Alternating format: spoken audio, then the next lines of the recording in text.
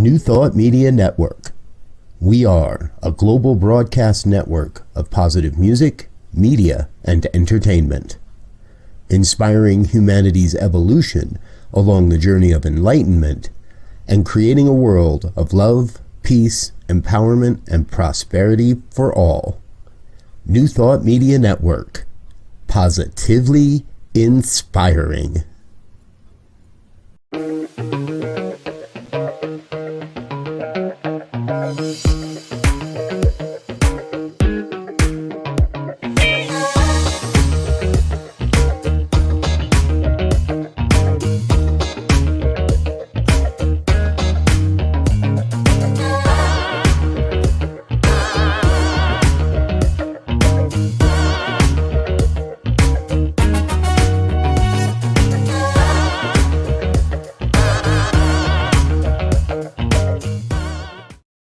And hello again, dear ones. Rev BRZ with you over here.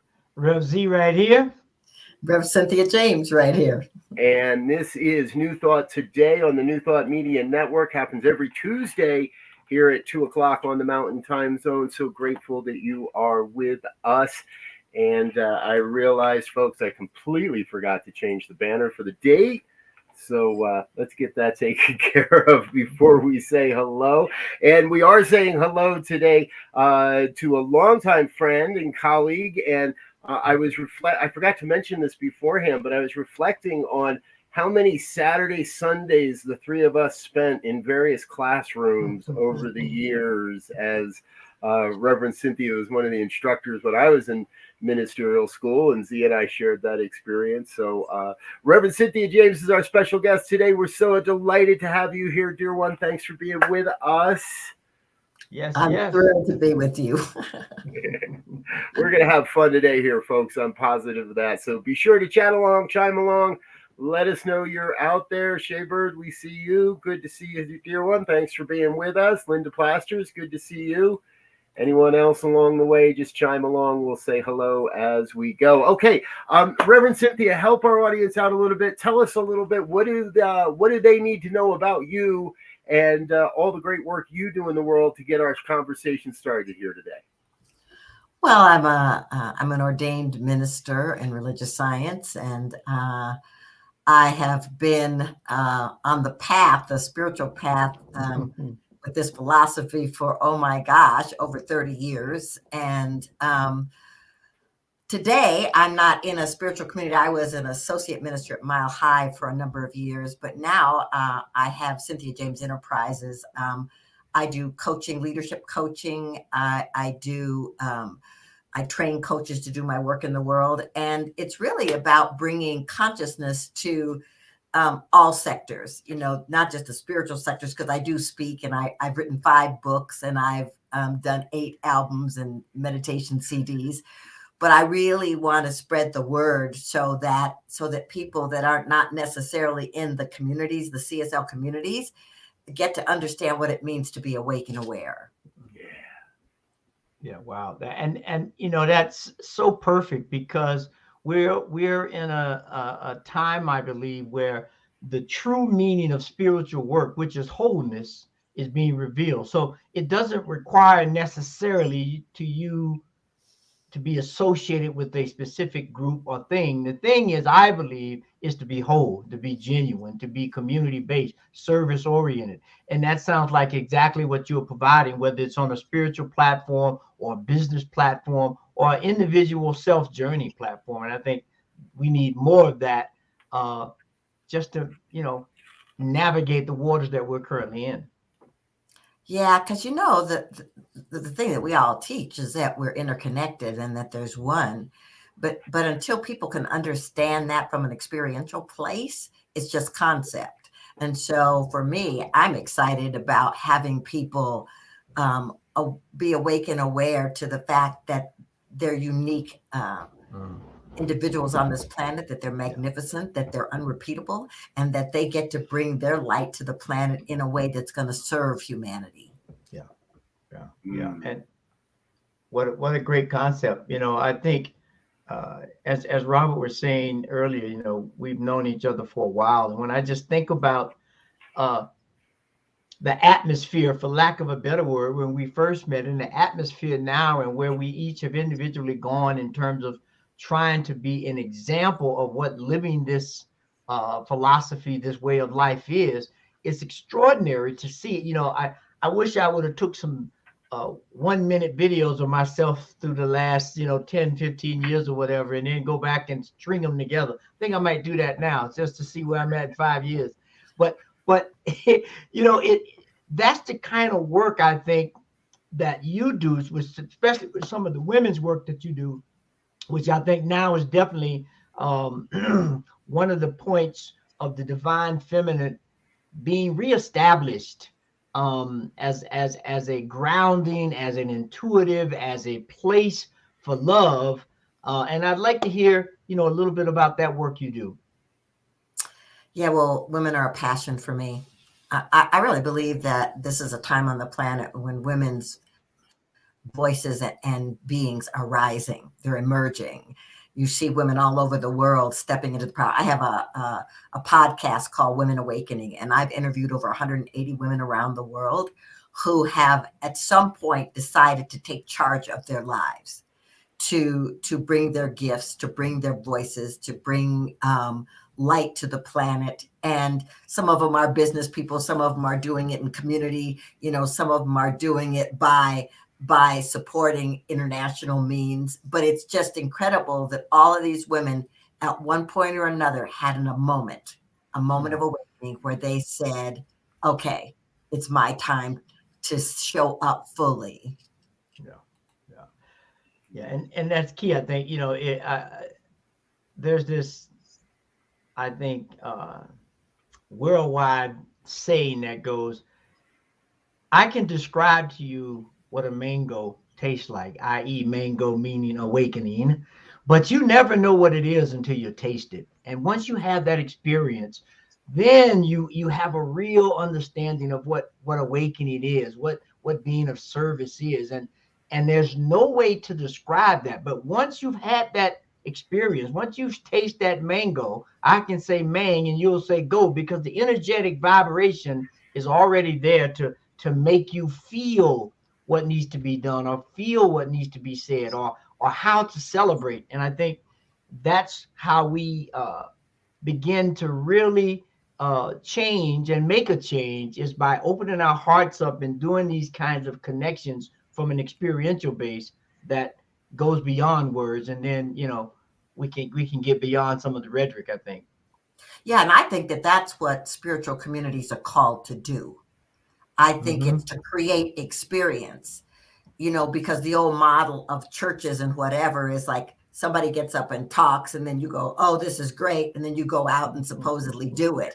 But I think we're being called to create an experience for people so that they start to understand what is God to them, what is love to them, what is peace to them, what is grace to them. Yeah. And I love that you're speaking to this piece of there is the awakening. We awaken to that new sense. And so I'm interested, because for me, that isn't a light switch on, light switch off type of event. It's not oh, hey, guess what? I got it now. Let's go. There's always that evolution and that step process. And so I'm really curious because as close as we may be in geographic terms, we don't get to hang out as much as we used to.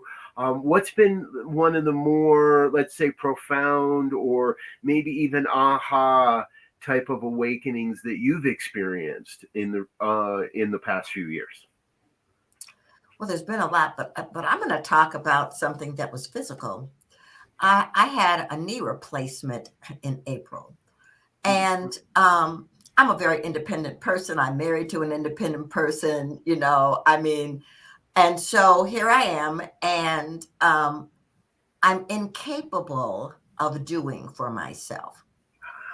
And all of a sudden, I had to step into the awareness that this, we talk about law of circulation and giving and receiving, but there are times when you can't give. Your only job is to receive, is to be a place where you can be vulnerable and raw and allow love to come in and care for you. I mean, I have talked about this my whole life, but that was absolutely the biggest moment to be able to see, yes, I have to surrender to support. Yeah. Wow. That, that's powerful because our society, in more ways than one, tells us that we have to be independent. We have to be self-contained and self-reliant. And all those things are good in their proper place and time. But again, when we begin to look at life in wholeness, that is one piece of the whole. And then if you allow that idea, that way of living to creep over into places where it shouldn't be, now we really have a problem. And I think we see that every day in both ways. We see people who go too far with that, and we see people who haven't been able to make the adjustment, and they're crying out to receive. Right. Well, and that's where I think, I remember many, many years ago, Reverend I guess he's a Dr. Lloyd Barrett, got sick, and he was in the hospital, and and of course everybody was surrounding, holding in prayer and all of this. But the thing that was so fascinating for me is that he was unwavering in his standing in the truth of who he was and his health and well-being. And he welcomed the gifts and the loving and the support. But at the same time, he was asking people to join him in his knowing. It was such a beautiful thing to witness. Yeah. I just got to see Dr. Lloyd earlier this year, so I guess not just got to. I remember if it was January or February. I was down in Las Vegas for an event, and he had completely slipped my mind that he could be there. And all of a sudden, I turn and I look. I'm like, "Hey, that's Dr. Lloyd sitting down there in front." And I bring that up because he is still that. Yes. He is still that. And I think that's you bring up something that's kind of topical, actually. We in New Thought, we teach about eternality, and yet we still receive prayer requests that say, please pray for this person's peaceful transformation. Please pray for this. And to me, it's always felt like a little bit of, okay, I get where the request is coming from. I understand that people make those decisions. They want to move. And there's a piece that says, yes, but I want to pray for life everlasting. I want to be with you in a consciousness that says, no matter what it is that it may look like in a hospital room, in our experiences, there's something even greater than this. Yeah. And can we live in the mystery of what that greatness is, what that amazingness is? Yeah, I think the prayer requests often are for the people asking for the request, not for the people that they want prayer for. Because I think in those moments when it becomes clear that people are leaving or whatever is happening, our attachment to people and to experiences amplifies. I wrote a newsletter lately that said that, non-attachment was not disengagement. It's like if you can be not attached, you can stand in the truth of what you know, and you still love that person, and you still want to be there for them, and you want to go through whatever is necessary. But you're not attached to the outcome and what you think is going to happen later, because you're so clear that it's eternal. Yeah. And that reminds me of this evolutionary process I have in my mind about how we engage to this enlightened point, right? We begin with hope, right? We hope something will happen. We hope that I'll be successful. And then eventually that hope moves into a belief. I believe this is going to work. I really do believe that. And if you have enough experience, then you move into this faith. I have a faith that this will work. And ultimately, you move into what you were talking about with Dr. Lloyd. He moved into this place of knowing. So we go from hope to belief to faith to knowing.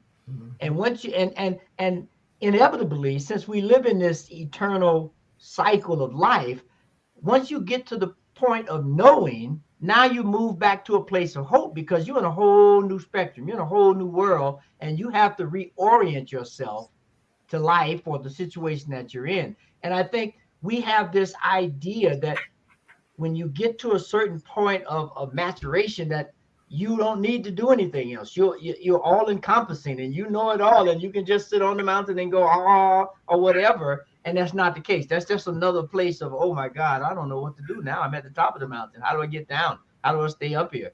Or whatever the case might be. Yeah, you know what's interesting about that is that people forget that we live in an evolutionary energetic field, and we are part of that field, and so therefore we are evolutionary, so we're never going to stay the same, but we get comfortable. And as much as people say, oh, I want to change. Ooh, change is hard for people. Yes, it is. And I love your work, and I mean, if I had to encapsulate your work for me and the time I've known you, I think the paramount thing is freedom. And that's freedom of choice, freedom of direction, freedom of whatever it is. But that freedom is housed or centered in this whole thing of clarity and purpose and being resilient to overcome this, or not overcome, but to live within this evolutionary process. And so I would love to hear how one might be able to apply that more effectively now, while there's so much evolutionary change happening in our environment and our societies, and often people are just staying put because of fear or whatever. Yeah, so my last book is called Does My Voice Matter? And what I tell people when I open the book is that a voice isn't just a sound that comes from you. It is your full, authentic expression, whether that's speaking, writing, singing, dancing, designing, wearing clothes, whatever it is. Yeah. And so for me, freedom is when you can step into that authentic place where you are unapologetically you, then you get to express in ways that you might not have even thought of, because now you're open to the download of the universe that wants to move through you and play through you and dance through you and sing through you. And so for me, it's like, find your voice, find that part of you that wants to express fully and give it its way. Yeah. That's, as you were saying that, I'm thinking about this, having this brand new bottle, nice and shiny, and it contains a lot, but I got the cap on the bottle. So I'll keep pouring the water on top of the bottle. And I'm like, how come ain't no water coming in this daggone bottle? What the heck is going on? But when I open that top on that bottle and allow it to be its fullness, then I can retain, then I can be filled, then I can pour back out if I need to. And that's what I think we need, and we have them. I don't want to say it from a need-based thing. We have people that are being live demonstrations of that, but I think we need to have more examples, and they need to be pushed forward, as you were saying. However, they are displayed. I was just speaking Sunday in service, and there's a young lady from the U.S. that will be representing the United States in the Olympics in Paris in breakdancing. I love it. So, right.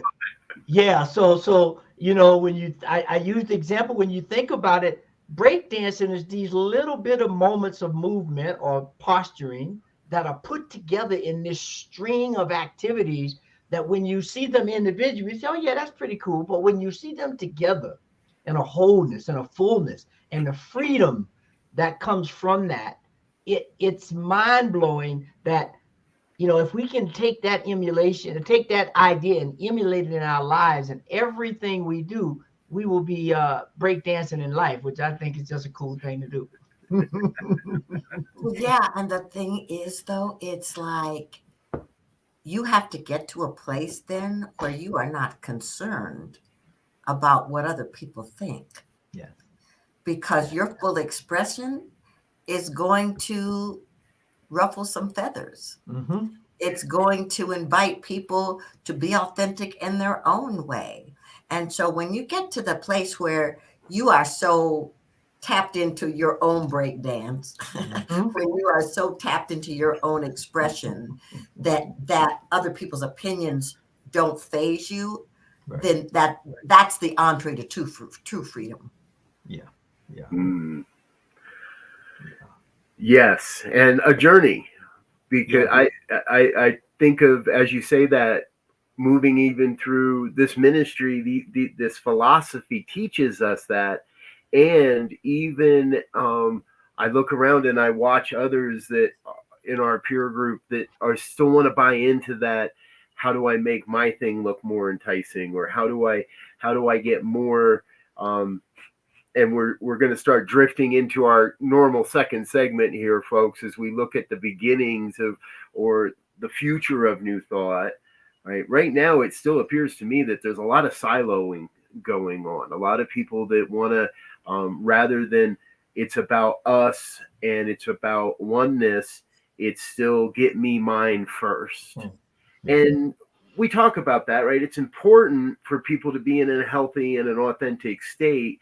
And then the call has to be to expand that authenticity, to expand into other places. And that's something I see that when I look at you, Reverend Cynthia, you've done that. You've gone from the place of let me be this instrument in a church setting to more of a let me be the expression in whatever setting I'm called to. And and I'll take that as accurate in the nod of your head there. That so what I'm interested in is where do you find that you have that it isn't necessary? Well, I don't want to say it that way. Have you found that what your teaching has transitioned or changed over time through these various experiences of being a figure in a public movement such as New Thought? Yeah, well, there's a couple things I want to say. One, the whole thing about silo is an old paradigm. It's an old paradigm in religion, mine, and get people to understand that I'm the one, I've got the message, whatever that is. But the thing is that when you look at some of the people around the planet, whether it was Gandhi or Martin Luther King or Mother Teresa or on and on and on, their intentionality was for humanity. Their intentionality was to be in high service. So for me, that's my high goal. It's like, how do I be in high service to support the awakening of humanity, to remember who we really are and why we are really here? So it doesn't matter to me if I'm in a spiritual center speaking, or whether I'm at a conference, a business conference, or whether I'm working with a leader. It's like, that's still my goal. How can I be in service to that person or to that space, to invite people to remember how magnificent we are and how we can all be in service. You it may seem off center, but I think it's on point. When I'm just thinking, I was watching a program last night, and I saw a friend of mine at the event, the Rock and Roll Hall of Fame. A friend of mine was there with his company and everything, and they're celebrating 50 years of hip hop, right? Yeah. Now, when you think about hip hop, when it first came out, it was not the darling child that it is right now, right? And now there's probably not one major company or organization that does not have a hip hop commercial music bound in the country, and I dare say in the world, right? So here's something that was developed in the Bronx, right?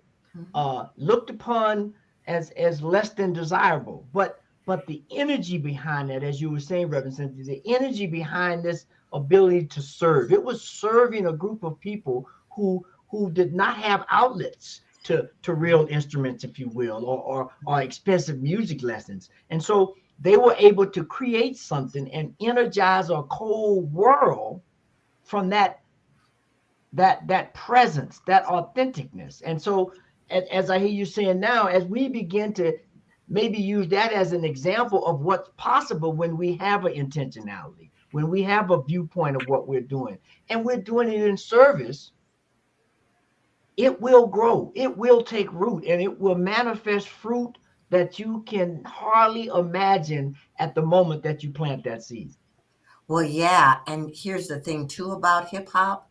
They were speaking things that people were afraid to say. Yes. They were speaking about the experience of life on a lot of different levels.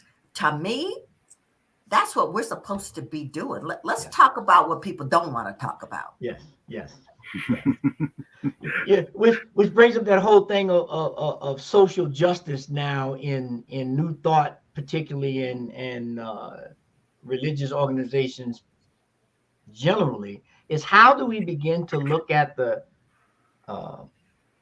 situations and challenges that are facing us, and how do we infuse that with the spiritual idea or spiritual understanding? No matter how bad it looks, we know that it is possible to move beyond and to be better, but we have to come together. Yeah, but you got to be able to tell the truth. Oh, no doubt. And I think that that's part of the where it gets rubbed up against. It's like, I just want to talk about the spiritual reality. I just want to talk about the principles. Meanwhile, people are getting killed in the streets. There's all kinds of stuff going on. Yeah, and I feel like our job is to be a container where we can bring in that truth, like the hip hop people did. And at the same time, trust that the principles that we're teaching show people how they intertwine. Yeah. I do want to say I'm really grateful that we didn't go down an East Coast, West Coast debate there. Because that could have derailed the whole conversation. But I think you're absolutely right, Cynthia. We have to be willing to have those tougher conversations that say, if we really are building a world that works for all life, this doesn't work for life. Right. It may appear to work for the politicians, it may appear to work for the corporations, it may appear to work for churches, but it doesn't work in promoting life and being that conduit of bringing the good, of living the message, and how does this promote life? Key question, I think. Yeah. That's for me, that's always the key. Life is prime. Everything else is secondary. And so whatever is being done in the secondary realms of life is compromising life itself. It needs to be put in check. However, that needs to be articulated. Yes. And there's another joke I'm not going to make about the offensive line there, but it's Colorado. You can't say prime and secondary in the same sentence and not expect somebody to push back somewhere. I know. Sorry. I know. It's got to happen. Football. Well, that's a good game to look at in terms of playing the game of life. You got to have a good offensive line and a good defensive line. And you got to have a lot of good people behind you, folks. And that's what we're going to do, is get ourselves out of this conversation by saying thank you to some of the good people that make this all happen. We're going to take a quick break, but we've got a lot more coming with Reverend Cynthia James here on New Thought Today. Please stay tuned, stay with us, give a like, share, subscribe, hit the button, let your friends and family know. We'll be back in just a minute with more of New Thought Today. Stay tuned.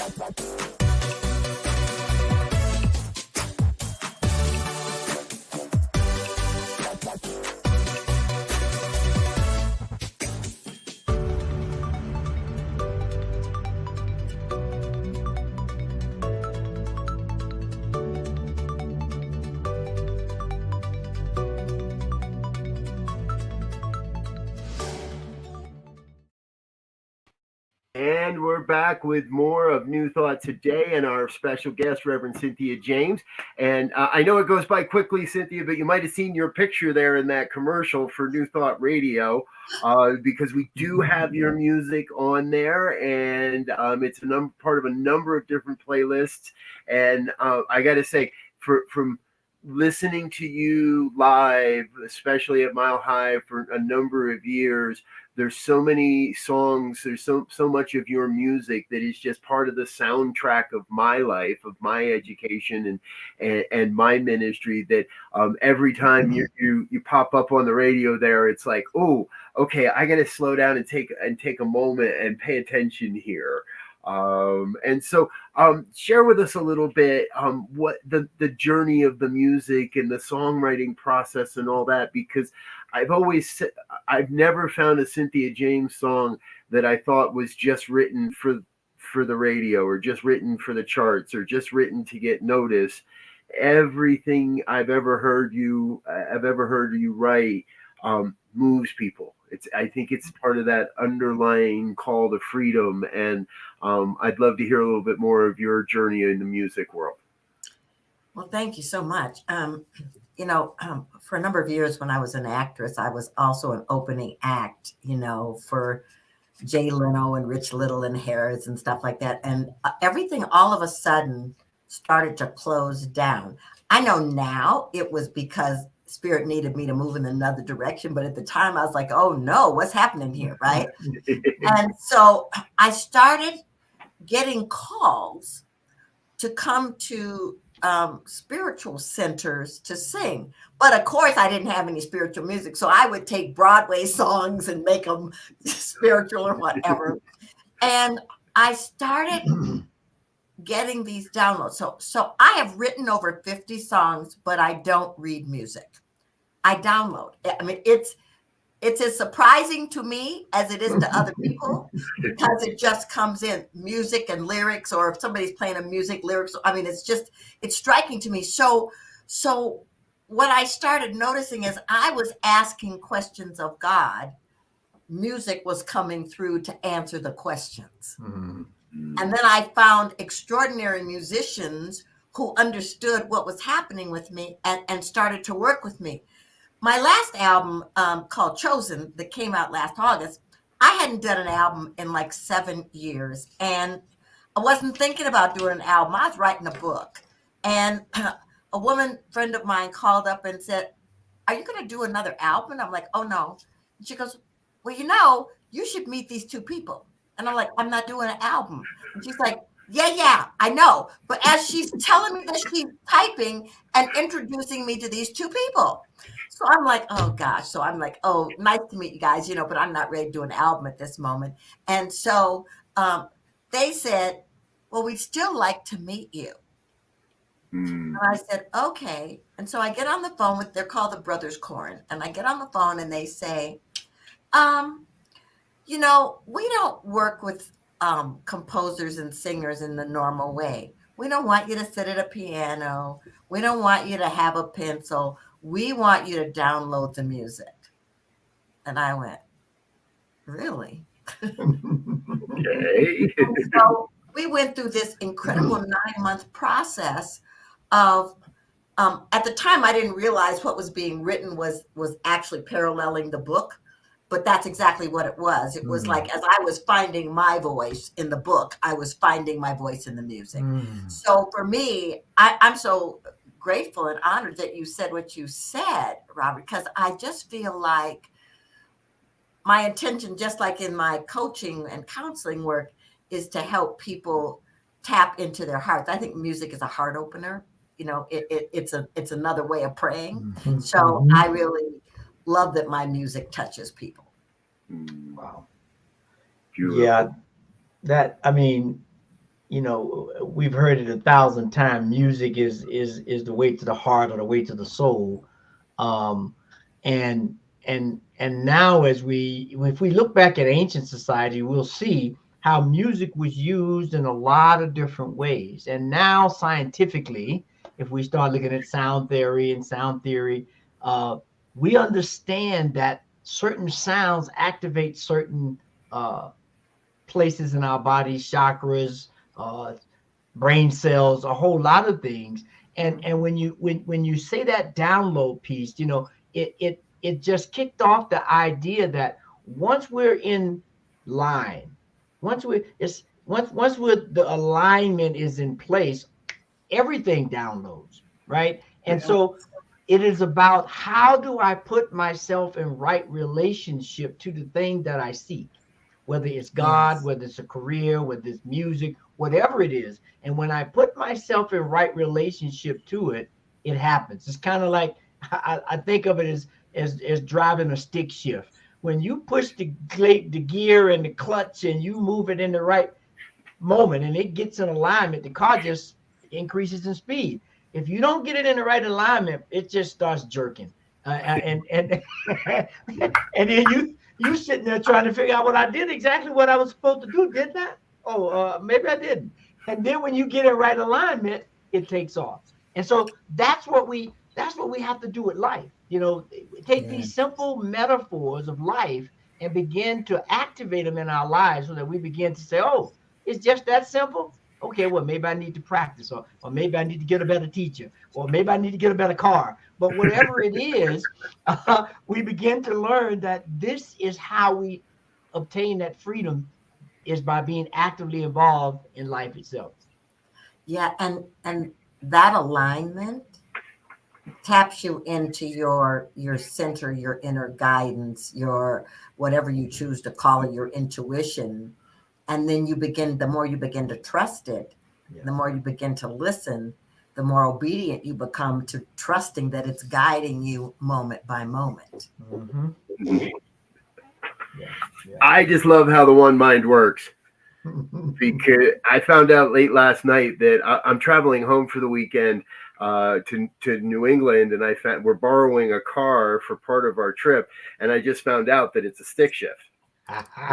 And my wife even asked me, "You remember how to drive a stick?" I'm like, "Yeah, I remember how to drive a stick. Anybody that's ever driven a stick, you never forget that." No. But it's in the one mind. So thanks for reminding me. Z. I gotta be in alignment with, careful if you get stuck on a hill. And, so, the one mind working in many, many crazy ways. So, Reverend Cynthia, we love to spend time in these programs as well, looking at, well, what's the vision? And I know you as a visionary. You taught me a lot about the visioning process when I first came to Mile High. You were there in the room with Dr. Michael when it all got kicked off and was starting to roll. And so I know there's something in you. I know there is that vision within you that you see that perhaps you're already moving towards, and we'd love to hear a little more of that. What's the vision you hold that you see for the future of New Thought, for where New Thought as a philosophy, as a movement is heading? What's that growing edge that's out there for us? Well, I heard so many times when I was coming up as practitioner studies ministerial that Ernest Holmes said, "Be open at the top." And I think that's really the vision. To get out of any dogmatic thinking, any old ways of being, any old structures that no longer work, and open to possibilities. The world is changing. The world has changed. And so for me, New Thought, we have to open our consciousness and our awareness to bring in young people, to teach them how to use these principles of manifestation. But we cannot do it doing it the way we've always done it, because that's why you see so many of our communities aging out, because we haven't learned how to open that space. Right. So the stick shift analogy is definitely not going to work, see? Yeah. Well, we're going to have to come up with something new. Yeah, no. What you have to do, you come up with an electric car with a gear shift automatically. So it's that insight that that's needed, right? Because when we look at ancient communities, what they did was they went into meditation, and meditation wasn't just sitting down. Meditating might have been in the middle of a flood trying to clean up, right? But they looked at a situation from an insightful and introspective way and say, how do I prevent this? How do I make it better? How do I utilize this situation that does not quite seem right to make it flourish? And you know, we were talking about Egypt. That's exactly what happened in the Nile Valley. When they begin to learn the cycles of the flood and how to captivate that flood and turn a barren land into an oasis. Right. And that's what we have to do right now, is begin to have a vision of an oasis, right? Yes. And as we begin to vision that oasis, the necessary people, places, and things that need to be in place or in alignment to make that happen will show. Yeah. And here's the thing, you know, so many of the people that are in our communities today, you know, come from walking away from traditional religious backgrounds that didn't serve them. Right. And yet, there was still an attachment to some of the rituals and some of the ways of being. And so I think what we're watching in this moment is those people not wanting to give up some of that because it's their comfort place, and other people saying, but we need to change. And so I'm like, what's the middle way? How do we support the people and understanding that where they came from is perfect, that the things that are important to them are perfect, but open the space for people who want to do it differently, who want to explore, who want to create. Yeah. You know, that's interesting. You know, I love analogies. My father was a master, you know, and I think about the art of stretching, right? When you look at a ballerina and the stretching that they do, and you look at a yoga master and the stretching that they do, if you were to see them side by side, you would say, well, that's not anything like anything. I mean, there's no relationship to any of that, right? But at the essence, at the core, it is the same thing, the same muscle group, the same tendons, the same joints are being exercised and strengthened. And what made me think about that, when we think about our old traditions, there's some things that I need to do from in terms of stretching that a ballerina may give me better support than I may get from a yoga instructor. I don't give up my yoga because the ballerina does something different or vice versa. It's how do I take that in, as you said so eloquently, how do I remain open at the top and allow that to make my ballet better or my yoga better? We see now in professional sports, especially in football, where the impetus is to build up, make strong, make tight. They're all beginning to take yoga, and they're seeing a big difference. 100%. But here's the thing too. It's like to invite people into the, you know, I love what you said, like the people were meditating even though there's flooding, right? To invite people into conscious practice that says, what if there was nothing to fix, but there was something to create? I like that. How could we take from where we've been to where we want to go and open it up and trust that what wants to come through is perfect? Yeah. Wow. I love that. And you strike me in that, and is that the crux of perhaps why the younger crowd and younger generations aren't as interested in organized religion, organized Sunday practice? Because as I think about it, a lot of communities across the country and across this planet are still in that place of, we have the tools that will allow you to fix yourself. Right. Even if we don't say it that way, that's what's coming across. And the kids today are like, but I ain't broken. Right. And want to get to a more, I'm going to say, active experience of their spiritual life. Yeah. And so many of them believe that religion is about control, and they don't want to be controlled. Right. They want to express. So the thing is it's like, and I can't remember these two young women. They were from New York, and they had these things where early in the morning, they'd open up a warehouse and they put on all this music, right? And all these people would come in, and it was this incredible connection, like ecstatic thing, but it was about spirituality, because then they'd meditate and have coffee, right? But the kids loved it because there were no constrictions. They weren't told where to sit, how to be, where to go. It was like, just come in, connect, let the music feed your soul, and then let's all go in together. And I think that there's something to that, that the old way of doing church or whatever for them is like, I don't want to just sit here. I want to do something else. Yeah. There's one book that I read, probably one of the first spiritual books I read, one of the first couple anyway, The Celestine Prophecy. Mm-hmm. And there's this spiritual point in the Celestine's Prophecy that speaks to the setting. Is a group of people are sitting down in a circle and they're talking. And the point is that when we get so authentic, when we get so connected and in a line, one person will be speaking and no one will interrupt, and they will get to the exhaustion of what they're doing. And the next person will pick up instinctively at the right place at the right time to continue the conversation and take it to another point or to another level.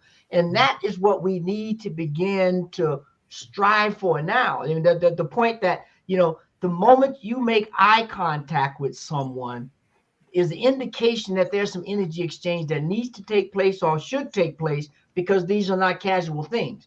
And as we begin to work from that kind of a principle of this universal oneness, this connection, this energy that has a mind, if you will, of its own, and it is always intentional, and it is always clear and always free.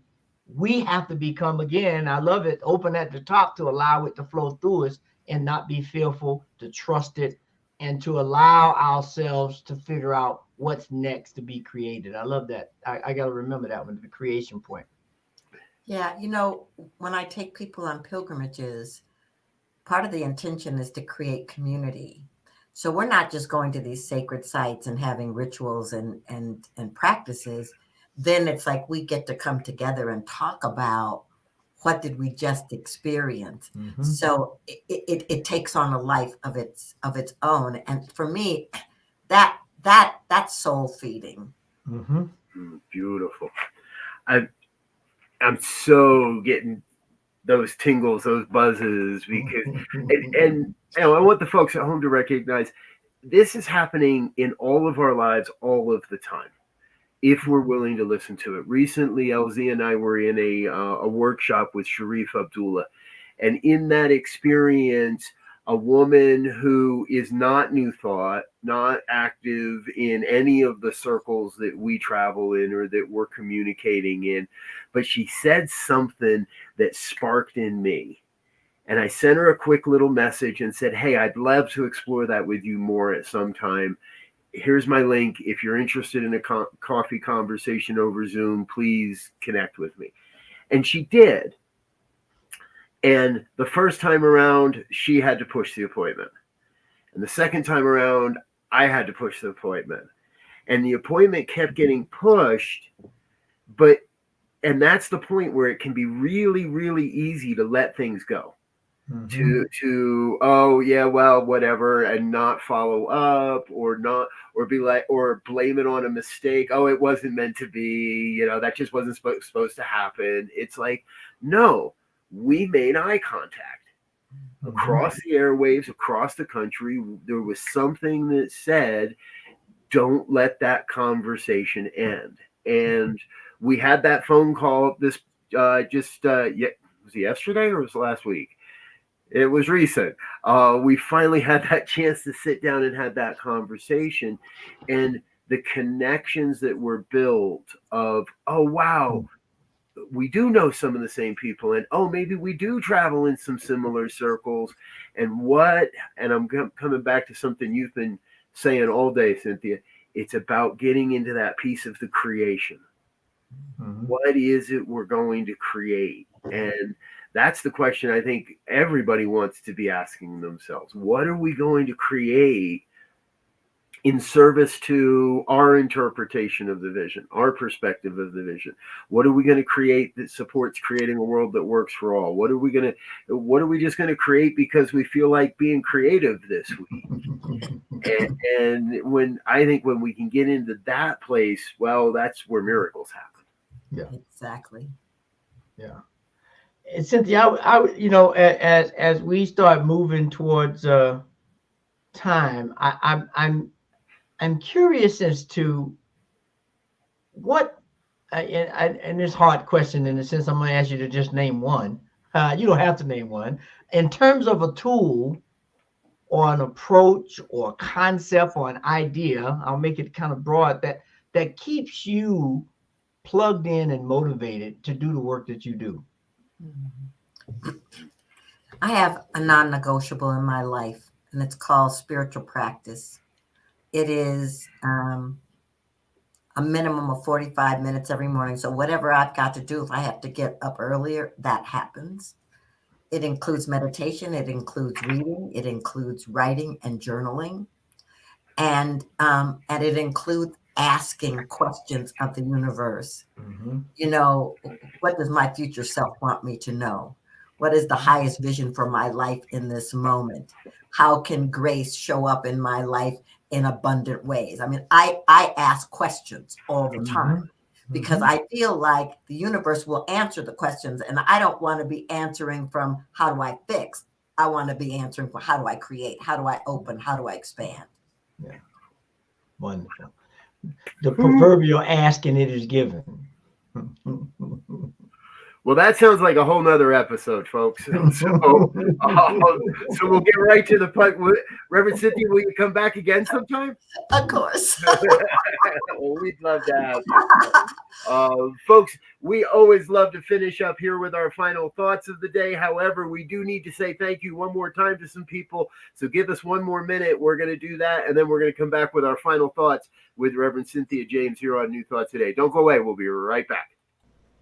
Please help us say thank you to our organizational sponsors, including the Hepperlin Foundation, Affiliated New Thought Network, International New Thought Alliance, Science of Mind Archives and Library Foundation, Center for Spiritual Living Denver, Center for Spiritual Living Midtown, New Thought Philadelphia, Planned Happiness Institute, Summit Center for Spiritual Living, One Heart Retreats, Center for Spiritual Living on the Lake, Unity Spiritual Center, Kitchener, Om Center for Spiritual Living, La Mesa, Satya Center, Center for Spiritual Living, North Jersey, Unity of Savannah, and Center for Spiritual Living, Seattle, as well as all of our individual donors.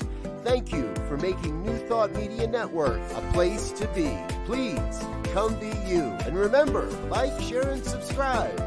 New Thought Media Network, positively inspiring. Yes. Thank you to everyone that makes this network possible on that financial world. We so appreciate and love you. If you'd like to become a member of what we're doing here on New Thought Media Network, head on over to the website, ntmedia.org. Click on the donate button. Making a monthly donation will get your name included in the next version of our thank you video.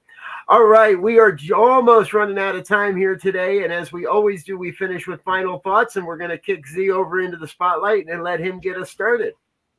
Wow, this has been such a rich conversation, and thought provoking, and I think that the utmost thought for the day is alignment.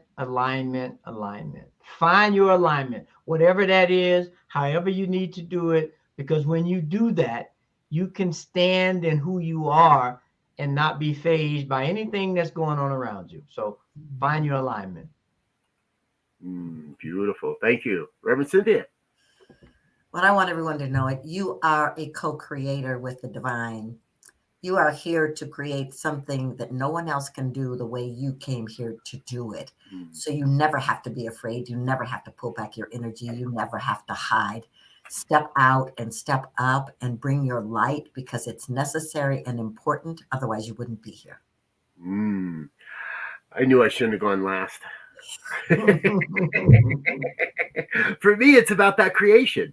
It's about being the creator, about saying yes to what's inside, saying yes to the greatness that's within us. And I think the theme I heard throughout the day today was be creative, get out there and create. So, folks, if you want to stay in touch with Reverend Cynthia, there's plenty of ways to do that. Her website is going across the screen right now, cynthiajames.net. She's taking a group of people to France next year in September, I believe that is. She's leading people to freedom. And there's the book and the accompanying CD. You can get all of this and more on her website, and feel free to hit the contact button over there as well. Cynthia, we have just another minute or two available. So tell us a little bit about the France trip. This sounds really enticing. Oh, I'm so excited about it. It's like we start in the south of France. We kind of follow a Mary Magdalene path, and also we learn about the Cathars and what they did in that area and the spirituality that was brought there. And we go to all these spiritual places. We go to St. Baume, where Mary Magdalene was. We have in a grotto where there's a music immersive with cameras and lights and all happening. We do that all the way through the south. And then we go to Chartres and we hook up with Lauren Artress, who is the most world-renowned expert on labyrinths. And we activate imagination and manifestation. And then we walk that manifestation in a private walk on the labyrinth with Renaissance music to bring it to life. Okay, just the labyrinth walks got me. I'm like, oh yeah, okay. I could just drop in for that and be content, but the whole trip sounds amazing. So folks, check that out again over at CynthiaJames.net and you will get more. All right, you've already said you'll come back again, which is great. Thank you for that. We'll get somebody in touch with you to schedule that. But again, we want to say, Reverend Cynthia, thank you so much for taking time for being with us today. I know on behalf of myself and Rev Z, we both look at you as a leading voice, helping to keep New Thought on track and moving forward. So we look forward to sharing with you again and again. Thanks for being with us. Thank you. Honored. Everyone else, plan to join us again next week when our guest will be Reverend Chris Plim, and we'll talk more about global heart and the global peace at that time. Until then, we want to wish you peace and richest blessings. Bye now.